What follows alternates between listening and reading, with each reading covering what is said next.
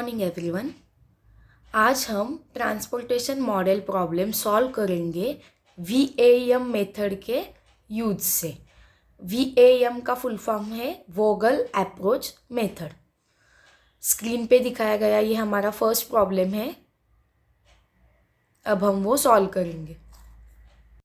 वैम method में भी सबसे पहली स्टेप होगी, प्रॉब्लम हमारा बैलेंस है और अनबैलेंस्ड है। सो addition of supply is equals to addition of demand is equals to problem is balance. So supply की टोटल होती है 1200 और डिमांड की भी टोटल होती है 1200। सो हमारा प्रॉब्लम बैलेंस्ड है। फिर अब हम नेक्स्ट स्टेप करेंगे। नेक्स्ट स्टेप में क्या करेंगे, हम पेनल्टीज निकालेंगे। पेनल्टीज, सबसे पहली पेनल्टी निकालेंगे। वैम मेथड में पेनल्टीज निकालनी पड़ती है। अब हम पेनल्टीज कैसे निकालेंगे, फर्स्ट रो में से सबसे मिनिमम नंबर कौन सा है 1 और सेकंड मिनिमम नंबर कौन सा है 3। सो 1 और 3 की सबट्रैक्शन करेंगे। 3 माइनस 1 यहाँ पे लिखेंगे पेनल्टी 1 में 2। अगेन सेकेंड रो की निकालेंगे। सबसे मिनिमम नंबर कौन सा है 2 और second minimum number 5। 5 minus 2 3। Third row की भी सबसे मिनिमम नंबर कौन सा है 2 और सेकेंड मिनिमम नंबर कौन सा है 3। 3 माइनस 2 1। जो प्रोसेस पेनल्टी निकालने में हमने रो की same as it is follow करनी है कॉलम की भी। सबसे मिनिमम नंबर कौन सा है 2 और सेकेंड मिनिमम 3। 3 माइनस 2 1। अब बी की निकालेंगे। 3 माइनस 1 2। सी की 3 माइनस 5 2। 2 माइनस 4 2। ये हमने सब 1 पेनल्टी निकाली है। अब नेक्स्ट स्टेप क्या करेंगे, हमने जो पेनल्टी निकाली है उसमें से सबसे बड़ा नंबर कौन सा है, सो 3। सो 3 को क्या करेंगे, हम सर्कल करेंगे। 3 किसका सोर्स है 2 का। अब 2 रो में से सबसे छोटा नंबर कौन सा है 2। सो हम क्या करेंगे 2 को एलोकेशन देंगे। ओके, सो 2 का डिमांड कितना है 250 और सोर्स 2 का सप्लाई कितना है 400। तो हम 250 डिमांड पूरी कर सकते हैं। यहाँ पे हमने 250 डिमांड पूरी कर दी। टोटल सप्लाई था 400, उसमें से 250 हमने दे दी। यहाँ पे रह गया 150। ओके, सो और यहाँ पे 0। अब हम ये कॉलम कंसीडर नहीं करेंगे। अब नेक्स्ट सेम अगेन दूसरी पेनल्टी निकालनी है हमें। सेम फॉर्मूला फॉलो करेंगे, सिर्फ अब ये कॉलम हम कंसीडर नहीं करेंगे। अब यहाँ पे बी सी डी में से सबसे मिनिमम नंबर 1 और सेकेंड मिनिमम नंबर 4। 4 माइनस 1 3 आ जाएगा। अगेन यहाँ पे भी सबसे मिनिमम 5, सेकेंड मिनिमम 6। 6 माइनस 5 यहाँ पे आ जाएगा 1। 3 माइनस 2 1। अब यहाँ पे ए की पूरी डिमांड हो चुकी है, सो यहाँ पे कुछ नहीं आएगा, डैश 20। 3 माइनस 1 2। 3 माइनस 5 2। 4 माइनस 2 2। अब इसमें से सबसे बड़ा पेनल्टी 2 में से सबसे बड़ा नंबर कौन सा है 3। तो हम 3 को असाइन करेंगे। अब 3 किसका सोर्स है 1 का। 1 रो में से सबसे छोटा नंबर कौन सा है 1। फिर हम 1 को एलोकेशन देंगे। बी का डिमांड कितना है 350 और सोर्स 1 का सप्लाई कितना है 300। तो 350 डिमांड हम पूरी नहीं कर सकते, सिर्फ 300 कर सकते। सो यहाँ पे हमने 300 सप्लाई दे दिया है और डिमांड पूरी हो चुकी है सिर्फ 350। अभी भी डिमांड बाकी है और हमारा ये सप्लाई पूरा हो चुका है। अब हम क्या करेंगे, यहाँ पे 0 आया, फर्स्ट सोर्स का पूरा डिमांड और सप्लाई खत्म हो चुका है यहाँ पे। अब हम ये कंसीडर नहीं करेंगे। अगेन थर्ड वाली पेनल्टी निकालेंगे। सेम प्रोसीजर फॉलो करेंगे थर्ड पेनल्टी में। अब थर्ड पेनल्टी में यहाँ पे 0 आ गया है, यहाँ पे डैश आ जाएगा। अगेन 6 - 5, अब ये और ये कॉलम और ये रो कंसीडर नहीं करेंगे। 6 - 5 1, यहाँ पे भी 3 - 2 1, यहाँ पे एज इट इज डैश 2। अब यहाँ पे सबसे मिनिमम नंबर 3 और दूसरा 6 ही रह गया है। 6 - 3 यहाँ पे आ जाएगा 3, यहाँ पे भी 5 - 3 2, यहाँ पे 9 - 2 7।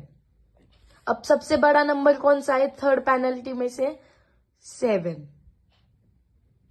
सो 7 में से जो कॉलम है डी, उसका सबसे छोटा नंबर कौन सा है? 2। सो हम क्या करेंगे? 2 को एलोकेशन देंगे। ओके, 2 को 3 सोर्स में से हमें टोटल सप्लाई कितना है? 500 और डी की डिमांड कितनी है?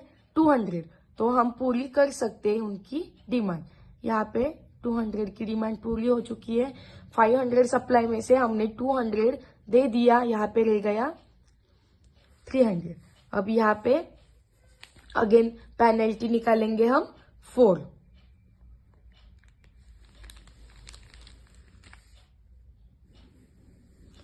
सेम प्रोसीजर फॉलो करेंगे। अब यहाँ पे 0 0 आ गया, यहाँ पे अब ये कंसीडर नहीं करेंगे हम। यहाँ पे 0 आ गया, ये कंसीडर नहीं करेंगे। ओके, अगेन 5 - 6 1, यहाँ पे 3 - 3 0 आ गया, यहाँ पे डैश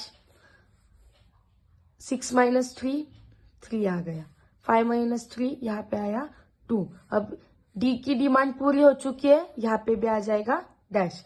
अब पेनल्टी 4 में से सबसे बड़ा नंबर कौन सा है? 3। सो हम 3 को कंसीडर करेंगे। 3 किसका है? बी का। बी में से सबसे छोटा नंबर कौन सा है? 1 ऑलरेडी एलोकेट हो चुका है। सो सबसे छोटा नंबर है हमारा 3। ओके, बी की अब डिमांड कितनी है? 50 और सोर्स 3 का सप्लाई कितना है? 300। तो हम 50 दे सकते हैं। सो यहाँ पे हम 50 की डिमांड पूरी कर दी बी की पूरी डिमांड पूरी हो चुकी है और सोर्स 3 में से 300 का सप्लाई था, उसमें से हमने 50 दे दिए, यहाँ पे रह गया 250। एज इट इज अब हम बी वाला कंसीडर नहीं करेंगे, अब सिर्फ रह गया है सी वाला। अगेन यहाँ पे हम 5th वाली पेनल्टी निकालेंगे। सेम फॉर्मूला फॉलो करेंगे, यहाँ पे आ जाएगा डैश। यहाँ पे सिर्फ 5 नंबर रह गया है। सो 5 माइनस, यहाँ पे सब्ट्रैक्शन की स्टेप नहीं करेंगे, 5 एज इट इज यहाँ पे लिखेंगे। नेक्स्ट यहाँ पे भी सिर्फ 3 रह गया है, आ जाएगा 3, यहाँ पे डैश। अब बी की भी पूरी डिमांड हो चुकी है, सो यहाँ पे भी आ जाएगा डैश।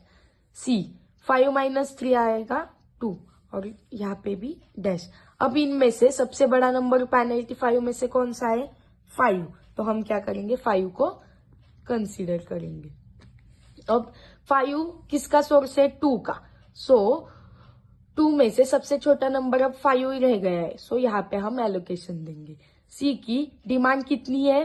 400 और सोर्स 2 का सप्लाई सिर्फ 150, सो हम सिर्फ 150 दे सकते हैं सी को। 400 - 150 यहाँ पे रह गया 250 हो गया।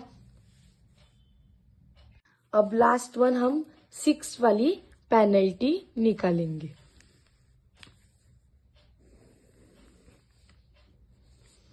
यहाँ पे आ जाएगा डैश। अब सोर्स 2 का भी सप्लाई खत्म हो चुका है, यहाँ पे भी आ जाएगा डैश। यहाँ पे क्या रह गया है? सिर्फ 3 एज इट इज लिखेंगे 3, यहाँ पे डैश, यहाँ पे भी डैश। और सी का 5 - 3 सिर्फ 3 लेंगे क्योंकि 5 को ऑलरेडी एलोकेशन दे दिया है, ये कंप्लीट हो चुकी है। यहाँ पे भी डैश। अब 3 और 3 में से कौन सा भी 3 हम कंसीडर कर सकते हैं, सो हमने ये वाला किया। ओके, इसमें से सबसे छोटा नंबर सिर्फ ये रह गया है, फिर यहाँ पे एलोकेशन करेंगे हम।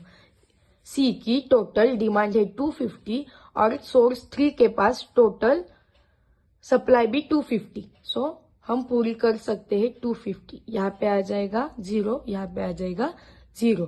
अब टोटल डिमांड भी खत्म हो चुकी है और सप्लाई भी खत्म हो चुका है, सो सब हमने फुलफिल कर दिया है। अब last step,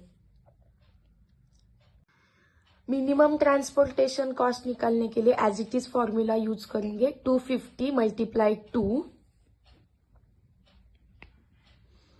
plus 300 multiply 1 plus 50 multiply 3 plus 150 multiply 5 plus 250 multiply 3 plus 200 multiply 2 is equals to, हमारा आंसर आता है 2850। मिनिमम कॉस्ट कितनी हो गई है? 2850। यहाँ पे हमारा प्रॉब्लम खत्म हो चुका है यूजिंग वैम मेथड।